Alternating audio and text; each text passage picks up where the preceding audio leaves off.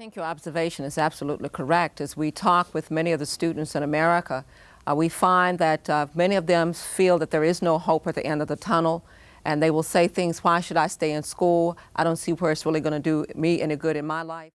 It's a terrible problem, Jim, and it's happening when we are in fact asking more of our children. The emphasis on increased performance in schools, in our increasingly complex and technological society.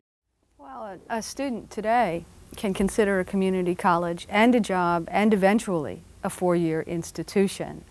The direct answer to your question, Jim, would be opportunity. Community colleges are to be found in every major city in the country. Community colleges, as in terms, it meant that Reverend Jesse Jackson, not only in 1988 but in 1984, validated the right of any black American to seek our nation's highest office. That, I think, was extremely important. Up to that time, nobody had dared do so in a very positive, prolonged manner, and he did it. I think that You're right in terms of the money that you make as a state senator, especially in the state of Louisiana. But I think anyone who thrusts themselves out into the public to serve in public office should not look at the money aspect as a public service position. I ran for the state senate seat. You hold as legal counsel to Senator Simon? Jim, I'd certainly like to think so. It's been an unusual 8 years for me, and I have perhaps an unusual relationship with Paul Simon. I think two things are important about why you ought to do it. One, there are so few of us.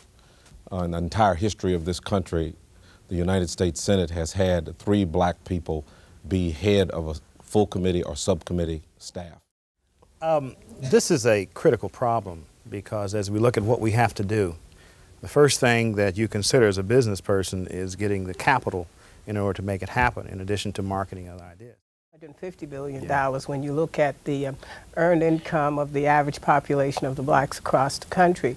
But it's equal to the gross national product of Canada. Very positive attitude. To begin with, they are exceptionally talented and they have selected to major in business.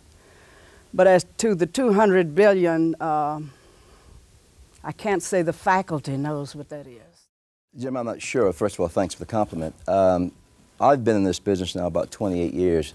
And I started working in the mailroom in CBS in New York, went to college at night, had no one to look up to. That was during the early 60s when there weren't a whole lot of blacks in the business, and especially not in the side of the business I expressed an interest in, which was management.